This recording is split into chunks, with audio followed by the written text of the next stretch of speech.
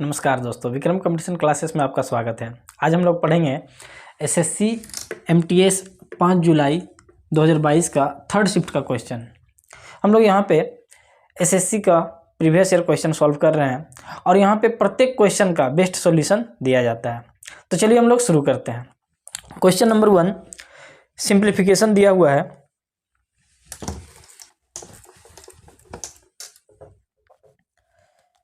(0.6 divide 0.6 into 0.6 plus 0.5 into 0.5 divide 0.5 0.6 into 0.5 plus 0.3। चलिए solve करते हैं इसको। जैसे हम देखें कि यहाँ पे 0.6 जब इसको डिवाइड करेंगे तो कितना बन जाएगा, ये बन जाएगा 1। ये दोनों को डिवाइड करने पे 1 और 1 को 0.6 से गुना करेंगे तो ये कितना हो जाएगा 0.6 प्लस में यहाँ पे अगर इसको हम लोग देखें कि ये डिवाइड करेंगे 0.5 को तो यहाँ पे आ जाएगा 1 और 1 इंटू 0.5 कितना हो जाएगा 0.5। नीचे में अगर इसको गुना कर दे 0.6 और 0.5 तो कितना आ जाएगा 0.3 प्लस 0.3। तो यहाँ दोनों को जोड़ देंगे कितना आ जाएगा 0.6 और 5 11 बट्टा में 0.3 और 0.3 कितना हो जाएगा 0.6। ये पॉइंट से पॉइंट खत्म हो जाएगा, कितना आ जाएगा 11 बट्टा में 6। यही हो जाएगा इसका आंसर। चलिए अगला क्वेश्चन देखते हैं। क्वेश्चन नंबर 2 साधारण ब्याज पर एक राशि 8 वर्षों में स्वयं की दोगुनी हो जाती है और चक्रवृद्धि ब्याज पर यदि ब्याज वार्षिक रूप में चक्रवृद्धि हो तो वह राशि 2 वर्षों में स्वयं की 4 गुनी हो जाती है। प्रस्तावित साधारण ब्याज और चक्रवृद्धि ब्याज की वार्षिक दरों का अनुपात ज्ञात कीजिए।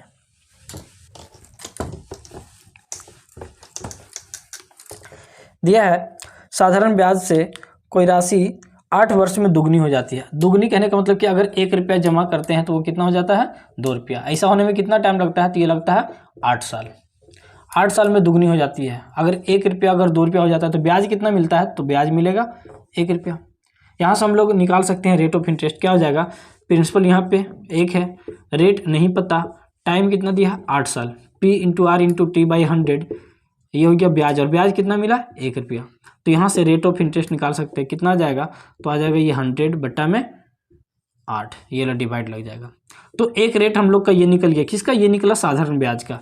चलिए कंपाउंड वाला हम लोग बात करते हैं। तो बोला है कि 2 वर्षों में स्वयं की 4 गुनी। 4 गुनी कहने का मतलब अगर प्रिंसिपल 1 है तो ये कितना हो जाएगा, अमाउंट 4 हो जाएगा। 2 वर्ष में है, 1 वर्ष के लिए क्या करते हैं, इस पर रूट लगा देते हैं। 2 साल है इसलिए क्या करते हैं स्क्वायर रूट। यहाँ से ये सॉल्व होगा 1 और ये कितना आ जाएगा 2। जैसे ये रूट से बाहर आए तो ये कितना बन गया 1 साल का। अब 1 रुपया से यदि 2 रुपया हो जाता है तो कितना ब्याज बढ़ गया 1 रुपया। कितना पे 1 पे, परसेंट के लिए 100। तो यहाँ से रेट ऑफ इंटरेस्ट कितना आ जाएगा 100%। तो एक मिला रेट 1 ये और रेट 2 ये है, इसी का रेशियो पूछा है तो रेशियो निकाल देंगे रेट 1 और रेट 2 का। ये कितना हो जाएगा 100 बट्टा में 8 और ये कितना हो जाएगा 100। ये 100 से 100 खत्म, कितना बार में, एक बार में, ये एक बार में, तो रेशियो आ जाएगा 1:8।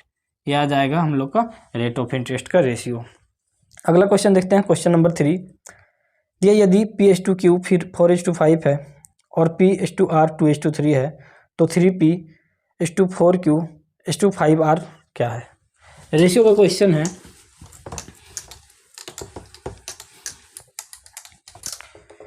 दिया हुआ है P और Q का रेशियो 4:5 है और फिर आगे P/R का रेशियो 2:3 है।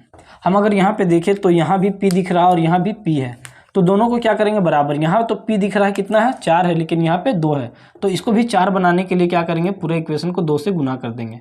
तो 2 दूना 4 और 2 तिया 6। देखिए P यहाँ भी 4 हो गया, P यहाँ भी 4 हो गया। अब अगर P Q और R का रेशियो निकालेंगे तो P कितना होगा 4, Q कितना होगा 5 और R कितना हो जाएगा 6।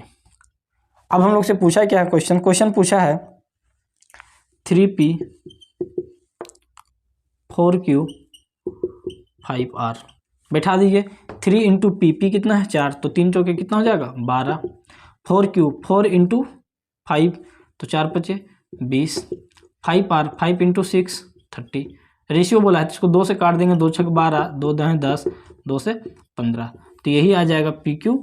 ये जो हम लोग से पूछा था ये इसका रेशियो आ जाएगा।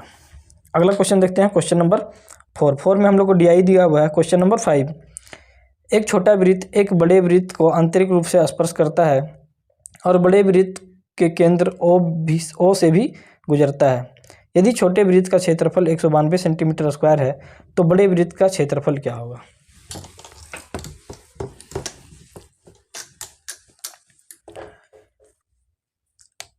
क्या कि दो संकेंद्रीय वृत्त है, ये बड़ा वृत्त का सेंटर मान लेते O। क्वेश्चन में क्या बोला कि छोटा वृत्त जो है इसका O से होकर गुजरता है, यानी कि इस प्रकार से, यहाँ से ये O है तो O से गुजरता है। अब यदि हम बात करें छोटा वृत्त का तो यहाँ से ये क्या हो जाएगा, इसका रेडियस, ये छोटा वृत्त का रेडियस है, इधर रेडियस है तो ये भी क्या होगा, रेडियस। इस तरह से छोटा वृत्त का जो रेडियस एक R है, मतलब अगर हम बोले कि रेडियस ऑफ स्मॉल सर्कल और रेडियस ऑफ ये बड़ा सर्कल का, ये वाला अगर R है तो बड़ा वाला का कितना हो जाएगा, तो बड़ा वाला का हो जाएगा RR यानी कि 2R। तो यहाँ से हम कह सकते हैं कि अगर इसका रेडियस 1 है तो बड़ा वाला का कितना हो जाएगा, 2 रेडियस हो जाएगा। छोटा वाला का रेडियस अगर 1 है तो बड़ा वाला का कितना हो जाएगा, 2। हम लोग जानते हैं एरिया का क्या होता है, तो एरिया 1 और एरिया 2, तो इसका रेडियस का स्क्वायर हो जाता है। फॉर्मूला क्या होता है, पाई R स्क्वायर। तो पाई तो यहाँ पे दोनों का कॉमन हो जाएगा। R क्या है, इसका 1 है तो 1 का स्क्वायर यानी 1, और इसका 2 है तो 2 का स्क्वायर 4, यानी ये पहला छोटा वाला का एरिया है, ये है बड़ा वाला का एरिया। छोटा वाला का एरिया हम लोग को दिया है 192, यहाँ से देखें तो ये 192 है, तो इसका पूछा है ये कितना गुना हो रहा है, 192 गुना, तो ये भी 192 गुना हो जाएगा। कितना हो जाएगा, 4 दूना 8, 19 चौके 76, 768 हो जाएगा। चलिए अगला क्वेश्चन देखते हैं, क्वेश्चन नंबर 6। एक कंटेनर में 2 तरल पदार्थ A और B का मिश्रण है जो 7:5 के अनुपात में है। यदि इसके 9 लीटर मिश्रण को 9 लीटर तरल पदार्थ में बदल दिया जाए तो दोनों तरल पदार्थों का अनुपात 7:9 हो जाता है। आरंभ में इस मिश्रण में तरल A की मात्रा कितनी थी?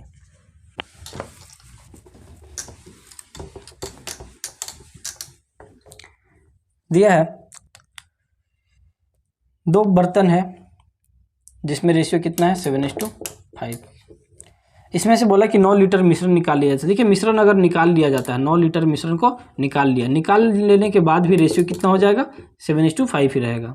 अब इसमें क्या बोला है कि 9 लीटर तरल B मिला दिया जाता है, ये है A और ये है B मिला दिया जाता है, उसके बाद रेशियो हो जाता है 7:9। हम बोले कि यहाँ से अगर मिलाया है B तो A में कोई चेंज नहीं होना चाहिए, तो A यहाँ पे देखिए इक्वल है, कोई दिक्कत नहीं है। 5 से ये 9 हो गया, यानी कितना बढ़ गया, 4। हम लोग के अकॉर्डिंग रेशियो में 4 बढ़ा है, जबकि मिलाया कितना था, 9। तो 4 बराबर कितना दिया है, 9। पूछा कि बताइए स्टार्टिंग में A कितना था। हम लोग एक काम करते हैं, सबसे पहले स्टार्टिंग में टोटल मिक्सचर निकालते हैं। तो ये मिलाने के बाद का रेशियो है, तो मिलाने के बाद जो भी अभी बना है, शुरुआत में भी उतना ही रहा होगा, तो अभी कितना है, 7 और 9, यानी कि टोटल है 16, यानी आरंभ में भी 16 ही रहा होगा। तो निकाल देंगे 16 का वैल्यू, तो 9 गुना 16 डिवाइड बाई 4, तो 4 से 4 चौके 16, यानी कितना आ जाएगा, 4 9 36। ये आ गया इनिशियल क्वांटिटी। अब हमसे पूछा A का क्वांटिटी, A कितना था।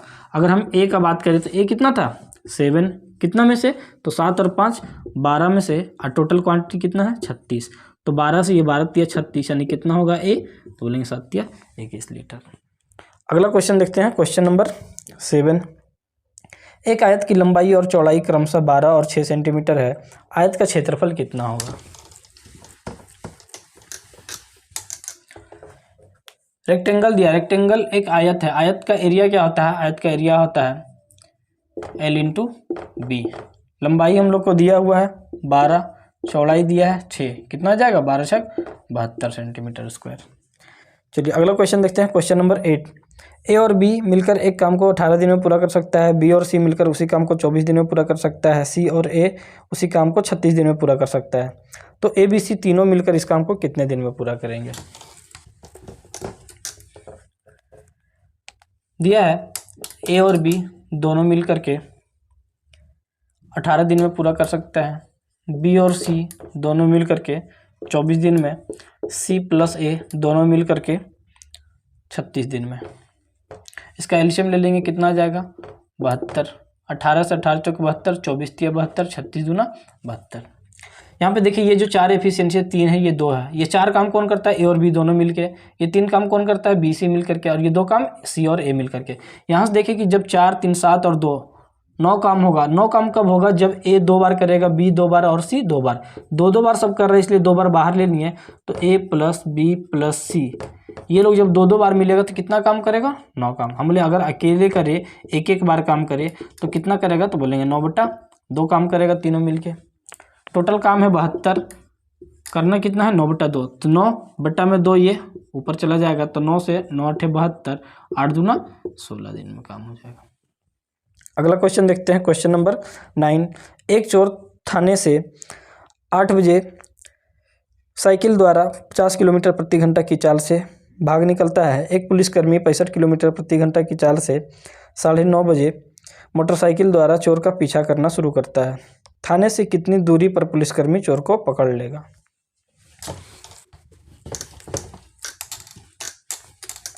दिया हुआ है एक चोर 8 बजे सुबह में मोटरसाइकिल चोरी करता है। साइकिल चोरी करके और 50 की स्पीड से भागता है। पुलिस जो है उसका पीछा 9:30 बजे करता है। मतलब 9:30 बजे करता है तो ये 1.5 घंटा तो चोर भाग चुका होगा। 1.5 घंटा यानी कि अगर हम 1.5 घंटा में देखें कि कितना भाग जाएगा, तो 50 गुना 1.5 कितना हो जाएगा?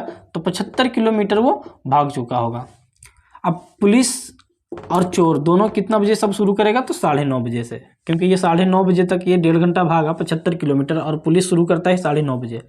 यहाँ से दोनों का टाइमिंग क्या होगा? सेम, पुलिस का भी और चोर का भी, दोनों इस दिशा में भागना शुरू करेगा।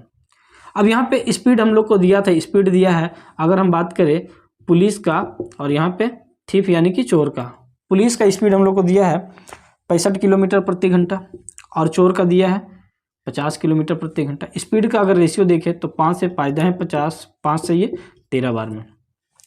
तो पुलिस अगर हम बोले कि 65 की स्पीड से, चोर 50 की स्पीड से, दोनों सेम डायरेक्शन में जाता है, तो मिलेगा जहाँ भी चोर यहाँ से मान लीजिए इस प्रकार से जा रहा, पुलिस यहाँ से जा रहा, तो जब भी मिलेगा तो यहाँ के मिलने का समय क्या होगा? सेम।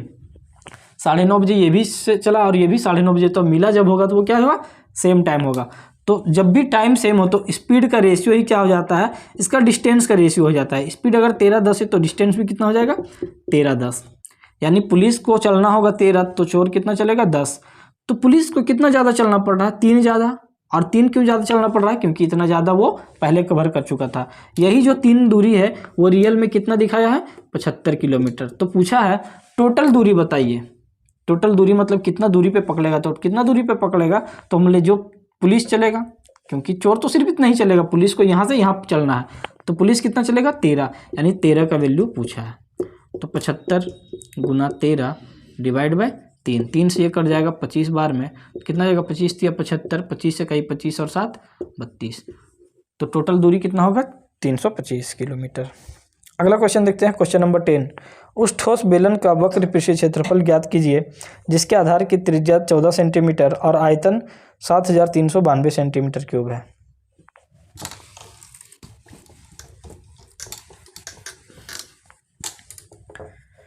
दिया हुआ है बेलन का आयतन होता है पाई r²h, और ये हम लोग को दिया हुआ कितना? 7392। वैल्यू बैठा देंगे 22/7। r हम लोग को दिया हुआ आधार की त्रिज्या 14 गुना 14, h यानी कि ऊंचाई हम लोग को निकालना है, तो 7392। सॉल्व करेंगे 7 से, ये 7 दूना 14, 14 से अगर इसको काट दे तो 14 25 70, 14 दूना 28, 14 8 112। 22 से अगर इसको काट दे तो 22 से ये कट जाएगा, 22 दूना 44, 22 चौके 88, 2 से ये कट जाएगा 12 बार में, तो h का वैल्यू कितना आ गया? 12। अब हमसे पूछा है उसका वक्र पृष्ठीय क्षेत्रफल क्या होगा? कर्व्ड सरफेस एरिया क्या होता है? 2 पाई r/h, 2 22/7, r का वैल्यू कितना है? 14 और h कितना है? 12। सॉल्व कर लेंगे 7 से, ये 7 दूना 14, तो कितना हो जाएगा? इसको पहले इसको और इसको गुना कर लेंगे, तो 12 दूना 24, 12 दूना 24 और 2 26, और गुना कितना है? 2 गुना 2 4, तो 4 चौके 16, 4 छक 24 और 1 25, 4 चौके 4 दूना 8, 8 और 2 10, कितना आ जाएगा 1056। चलिए अगला क्वेश्चन देखते हैं। क्वेश्चन नंबर 11, एक वस्तु को 40% की हानि पर बेचा जाता है। हानि की राशि वस्तु के विक्रय मूल्य की लगभग कितने प्रतिशत है?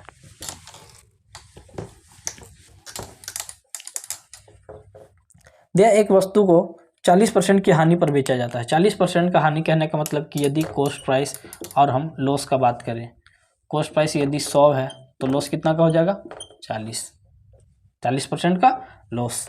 तो यहाँ से हम लोग सेलिंग प्राइस निकाल सकते हैं। सेलिंग प्राइस कितना है, मतलब 100 का वस्तु 40 का लॉस में, यानी कि सेलिंग प्राइस कितना जाएगा 60। पूछा हमसे कि बताइए ये हानि जो है वो विक्रय मूल्य का लगभग कितने प्रतिशत है। हानि कितना का है 40 का, विक्रय मूल्य का पूछा है, विक्रय मूल्य कितना हो जाएगा 60% के लिए। सॉल्व करेंगे तो 1 0 1 0 खत्म, 20 दूना 40, 20 तिया 60। जब इसको 2/3 और गुना 100, इसको जब सॉल्व करेंगे कितना जाएगा 66.67%। चलिए अगला क्वेश्चन देखते हैं। क्वेश्चन नंबर 12, बी ए से 10% अधिक है, सी ए से 20% कम है, बी सी से कितने प्रतिशत अधिक है?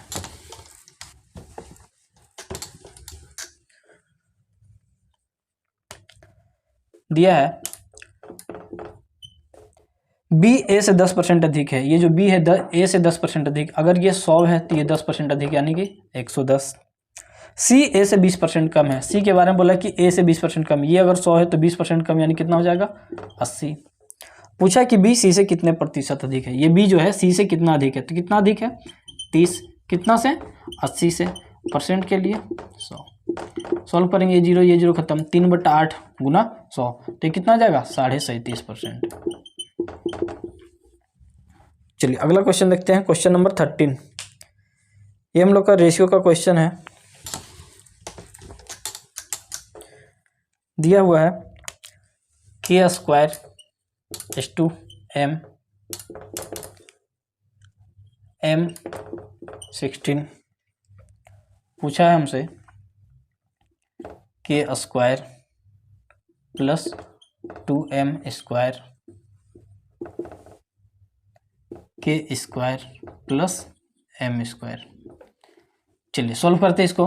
हम लोग जानते हैं कि ये प्रोपोर्शन है, ये वाला इससे गुना होता है और ये वाला इससे गुना होता है, यानी कि m × m, तो m² = 16 × k²। तो यहाँ से m² ये आ जाएगा इधर, k² बराबर क्या हो जाएगा 16:1। वैल्यू बैठा देंगे, k² कितना है 1, 2 × m², m² है 16, तो 16 × 2 कितना हो जाएगा 32। k² कितना है 1 प्लस m² यानी कि 16, कितना हो जाएगा 32 और 1 33, 16 1 17, यही हो जाएगा इसका अनुपात। अगला क्वेश्चन देखते हैं। क्वेश्चन नंबर 14, रणवीर ने एक कंप्यूटर सूची मूल्य पर 25% कम मूल्य पर खरीदा और उसे अपने पड़ोसी को अपने क्रय मूल्य से 40% लाभ पर बेच दिया। कंप्यूटर के सूची मूल्य पर रणवीर द्वारा अर्जित प्रतिशत लाभ ज्ञात कीजिए।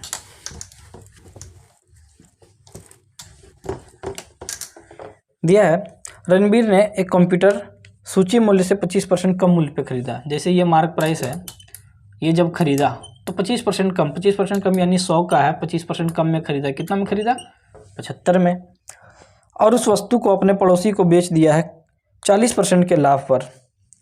इतना में खरीदा, 40% के लाभ में बेचेगा तो कितना में बेचेगा 140% में। 25 तिया 75, 25 चौके 100, 4 से ये 4 तिया 12, 4 पच्चे 20, यानी कि कितना हो जाएगा, तो 3 पच्चे 15, 3 तिया 9 1 10, यानी ये बन गया क्या सेलिंग प्राइस। तो हमसे पूछा है कि बताइए उसका लाभ जो भी हुआ ये मार्क प्राइस से कितना अधिक है। हम बोले मार्क प्राइस 100 है और बेच रहा है 105 में, तो कितना अधिक है, बोलेंगे 5%। चलिए अगला क्वेश्चन देखते हैं। क्वेश्चन नंबर 15, सिंप्लीफिकेशन दिया हुआ है।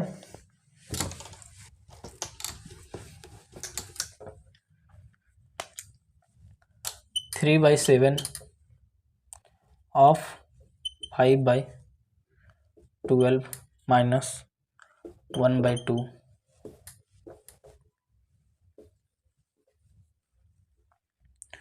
प्लस 11/12 माइनस 1/2 इंटू 4/5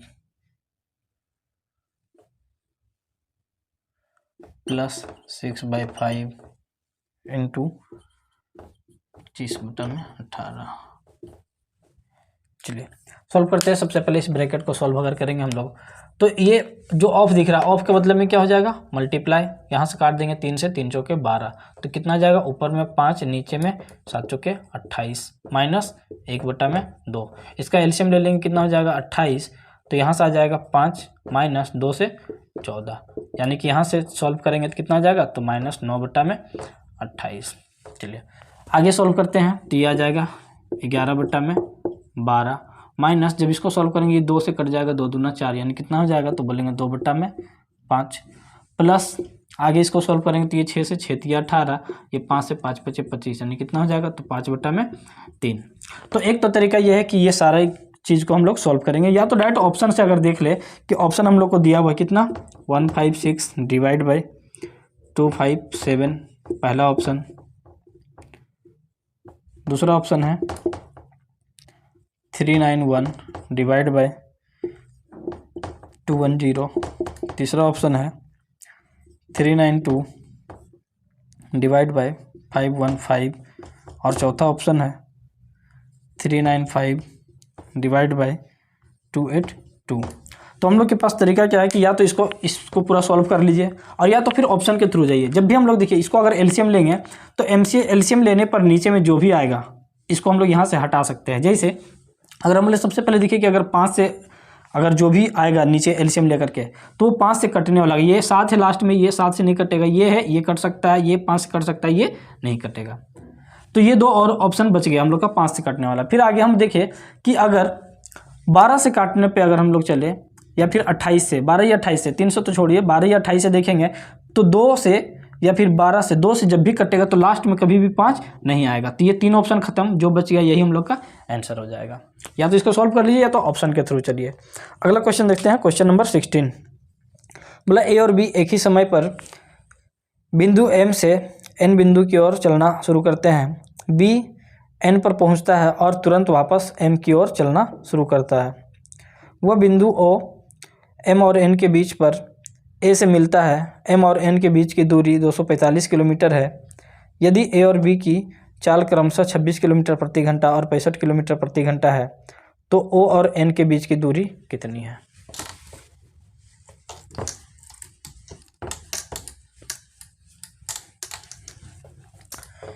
दिया हुआ है एक डिस्टेंस है जो कि 245 किलोमीटर का है। ये है एम और ये है एन। 2 पर्सन ए और बी यहाँ से चलना शुरू करता है। ए और बी सबसे पहले बी एन बिंदु पर पहुँच जाता है। सबसे पहले बी जो है एन बिंदु पर यहाँ पे पहुँच गया और ये वापस आने लगता है इधर से एन से एम की ओर, और रास्ते में यहाँ पे मिलता है ओ बिंदु पे, किससे, तो ए से मिलता है। एम और एन के बीच का दूरी पे ये ओ एक पॉइंट है, यहाँ पे मिलता है दोनों। तो हमसे यही पूछा है कि बताइए कि ओ से लेकर एन का दूरी क्या होगा। चलिए देखिए, अगर स्पीड का बात करें तो स्पीड हम लोग को दिया हुआ है ए और बी का। स्पीड कितना दिया है, तो स्पीड है 26 और 65। इसका 26 और इसका कितना है 65। स्पीड का रेशियो देखें तो कितना हो जाएगा 13 दूना 26, 13 पचे 65। अब ध्यान दीजिए दोनों ए और बी यहाँ से चला होगा। जैसे बी यहाँ से यहाँ तक गया फिर ये वापस आ रहा होगा, ए यहाँ से लेकर यहाँ तक मिला, तो दोनों चलना तो साथ में शुरू किया होगा, लेकिन इसका स्पीड ज़्यादा था इसलिए ज़्यादा चला और ये कम चला। तो दोनों जब मिला होगा यहाँ पे तो मिलने का समय क्या होगा, इक्वल होगा, बराबर। यानी कि ये जितना टाइम यहाँ से यहाँ लिया ये यहाँ से पहुँचने में इतना टाइम लिया। तो स्पीड का जब भी टाइम सेम हो तो स्पीड का रेशियो ही क्या हो जाता है, डिस्टेंस का रेशियो। स्पीड अगर 2:5 है तो टाइम भी डिस्टेंस भी क्या हो जाएगा 2:5। मतलब कि ये बी का है और ये ए का है। बी अगर 5 चला तो ए कितना चला है 2। हम कह सकते हैं कि ए कहाँ तक चला है, तो बोलेंगे ए यहाँ से लेकर यहाँ तक चला है, मतलब कितना चला 2। तो ये वाला पूरा डिस्टेंस कितना है 2 है, तो ये भी कितना होगा 2। बी के बारे में देखिए, बी टोटल चला है 5, तो यहाँ से यहाँ तक तो 2 है, तो बाकी वो एक्स्ट्रा कहाँ चला, तो यहाँ से यहाँ एक बार गया था और फिर यहाँ से वो यहाँ आया था। 2 चला है, 3 और बच गया। 5 चलना है टोटल, 2 चल लिया, 3 और बचा, तो 3 में ये और ये दोनों कवर करना है, तो 1.5 ये हो जाएगा और 1.5 ये दूरी हो जाएगा। तब ना 1.5 3, 3 और 2 5 हो जाएगा। अब हम कह सकते हैं कि अगर रेशियो में देखें कि 2 और ये 1.5, तो टोटल दूरी कितना है रेशियो में, तो बोलेंगे 2 और 1.5, यानी कि टोटल दूरी है 3.5। और ओरिजिनल में टोटल दूरी कितना दिया था 245। तो हमसे पूछा है कि O और N के बीच का दूरी, O और N के बीच का दूरी कितना है 1.5, यानी कि 1.5 बराबर कितना, निकाल देंगे 245 गुना 1.5 बटा में 3.5। ये पॉइंट ख़त्म। 35 से या तो 5 से काट दीजिए, 5 तिया 15, 5 सते 35, 7 से काटेंगे तो 7 तिया 21, 7 पचे 35, तो 3 पचे 15, 3 तिया 9 1 10, कितना हो जाएगा 105। चलिए अगला क्वेश्चन देखते हैं, क्वेश्चन नंबर 17। 6 क्रमागत विषम संख्याओं का औसत 26 है, इन संख्याओं में सबसे बड़ी और सबसे छोटी संख्या का अंतर ज्ञात कीजिए।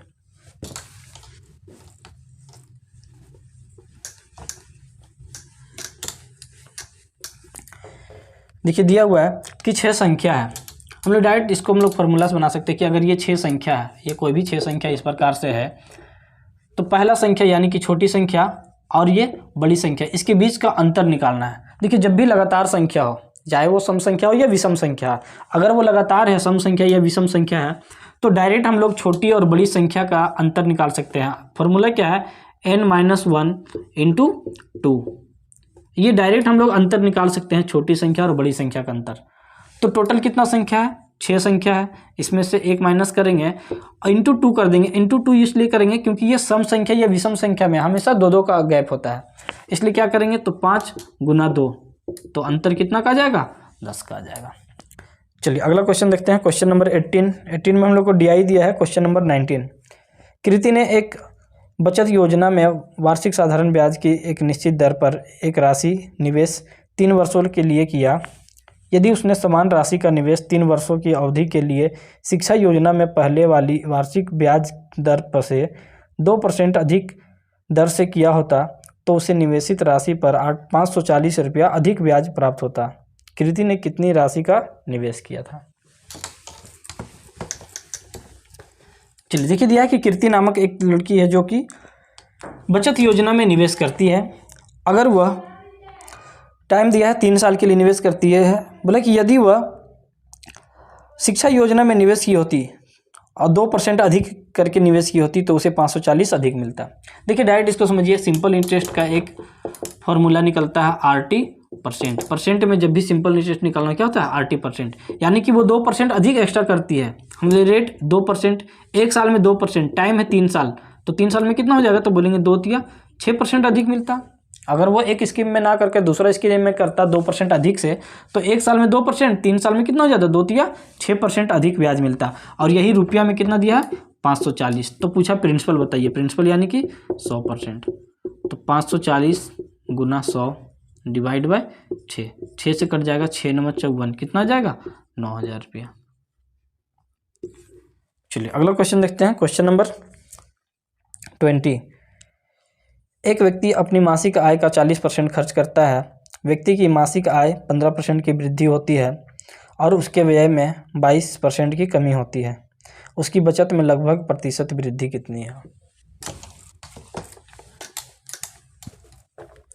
दिया है एक व्यक्ति 40% खर्च करता है, बोले ये है एक्सपेंडिचर, ये है सेविंग। एक्सपेंडिचर और सेविंग को दोनों को जोड़ देंगे तो क्या आ जाएगा इनकम। मान लिया इनकम यदि 100 है, खर्च कितना कर रहा है 40, तो बचाएगा कितना 60। हम लोग इसको काट देते हैं, 20 से 20 दूना 40, 20 तिया 60, 20 पचे 100। अब क्या बोला कि उसका आय में 15% की वृद्धि, ये है इनकम, 15% का वृद्धि हो गया, और उसके व्यय में 22% की कमी। व्यय यानी कि एक्सपेंडिचर, इसमें क्या हुआ तो ये कमी हो गया 22% का, माइनस किए हैं 22% का कमी। निकालना है हम लोग को सेविंग पे, तो ये कितना हो जाएगा 15 पचे 75, और ये कितना हो जाएगा 22 दूना 44, माइनस का 44। जब ये माइनस का 44 उधर चला जाएगा तो प्लस हो जाएगा, कितना हो जाएगा 4 5 9 7 4 11। और जिसका निकालना होता है सेविंग का निकालना है, जिसका निकालना है उससे क्या करते हैं भाग देते हैं। हम देखिए अगर ये 20 होता 120 होता तो ये डायरेक्ट कट जाता कितना बार में 40 बार में, 3 चौके 12, 1 का कमी है, ये कितना हो जाता 40% का वृद्धि। हम लोग को पूछा है निकटतम, तो इसलिए इसका आंसर क्या हो जाएगा 40% का वृद्धि हो जाएगा, ये हम लोग का इंक्रीज हो जाएगा। चलिए अगला क्वेश्चन देखते हैं, क्वेश्चन नंबर 21 में DI दिया है। क्वेश्चन नंबर 22, रणबीर ने कार के मूल्य पर 50% की छूट में एक कार खरीदी। यदि छूट 60% होती तो उसे 1 लाख रुपया कम का भुगतान करना पड़ता। कार का क्रय मूल्य ज्ञात कीजिए।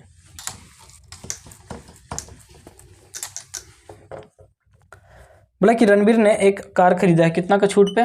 50% का छूट पे। बोला यदि 60% का छूट पे खरीदता, यानी कि 10% उसको छूट यदि ज़्यादा मिलता तो उसको क्या होता? पैसा कम देना पड़ता। और कितना कम देना पड़ता? तो दिया है 1 लाख रुपया कम देना पड़ता। तो हमसे पूछा कि बताइए कार का क्रय मूल्य क्या होता? क्रय मूल्य यानी कि 100%। 10% बराबर 1 लाख दिया है, तो 100% बराबर कितना? निकाल लेंगे 1 लाख गुना 100 डिवाइड बाय 10। 1 जीरो से 1 जीरो कट जाएगा, कितना जाएगा? यह आ जाएगा 10 लाख। चलिए अगला क्वेश्चन देखते हैं। Question number 23। S1 किसी कार्य को अकेले 9 दिन में कर सकता है, S2 उसी कार्य को अकेले 18 दिन में कर सकता है, जबकि S3 उसे अकेले 27 दिन में पूरा कर सकता है। वे एक साथ कार्य करते हैं और कार्य को पूरा करते हैं, और कार्य पूरा करने के लिए भुगतान के रूप में कुल 726 रुपया प्राप्त होते हैं। उपरोक्त राशि में से S2 और S3 को एक साथ लिया गया हिस्सा बताइए। दिया हुआ है 3 पर्सन है, S1 S2 S3, S1 S2 S3। ये लोग किसी काम को समाप्त करता है कितना दिन में? तो बोला S1 9 दिन में, S2 18 दिन में और S3 27 दिन में। एलसीएम ले लेंगे, कितना हो जाएगा? 54। 9 से 9 छक 54, 18 से 18 54, 27 से 27 दूना 54। बोला तीनों मिलकर काम शुरू करता है। देखिए जब भी अगर हम लोग को एफिशिएंसी ये हम लोग को पता चल गया और पैसा बांटना हो, जब भी पैसा बांटने की बारी आए, अगर ये लोग काम लगातार कर रहा है, सेम काम कर रहा है, इक्वल काम कर रहा है, तो हमेशा पैसा मिलेगा इसके एफिशिएंसी के आधार पे, क्योंकि काम कोई छोड़ा उड़ा नहीं है, इसलिए पैसा किसके आधार पे मिलेगा? एफिशिएंसी के आधार पे। यानी कि S1 S2 और S3 का अगर हम रेशियो देखें तो ये है 6 3 और ये है 2, यानी कि टोटल जो भी पैसा मिलेगा उसके एफिशिएंसी के आधार पे मिलेगा। तो 2 3 5, 5 और 6 11। हमने इसमें S2 और S3 का पूछा है, तो 2 3 कितना है? 5। कितना में से? 2 3 5 और 6 11 में से। टोटल रुपये कितना है? टोटल है 726 रुपया। सॉल्व कर लेंगे 11 से, 11 छक 66, 11 छक 66 कितना आ जाएगा? 5 से 5 छक 30, 5 छक 30 और 3 33। तो बी और सी मतलब S2 और S3 को कितना मिलेगा? 330। अगला क्वेश्चन देखते हैं। Question number 24। रोहित ने कुल 480 रुपया में 12 kg संतरे और 30 रुपया प्रति केजी की दर से 18 kg अमरूद खरीदे। रोहित द्वारा खरीदे गए फलों का प्रति केजी औसत मूल्य ज्ञात कीजिए।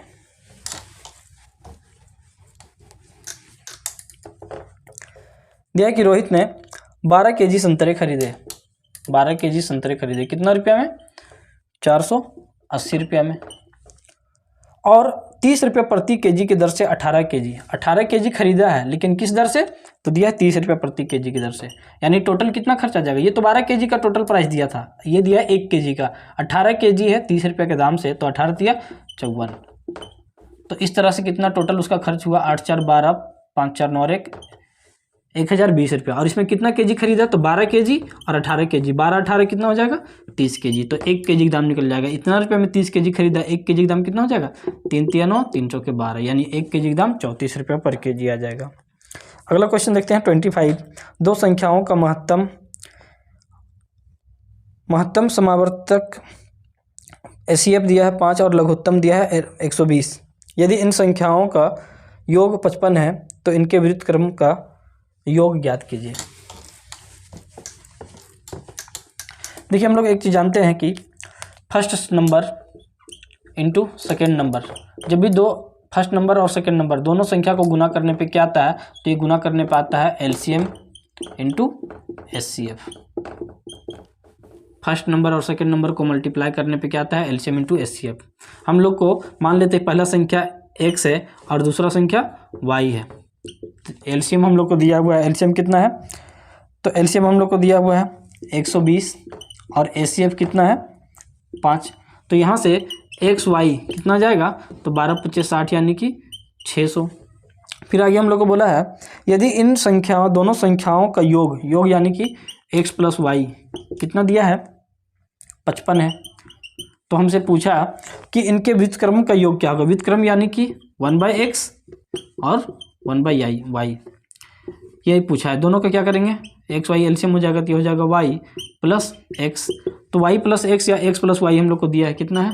55, और एक्स वाई कितना दिया है? 600।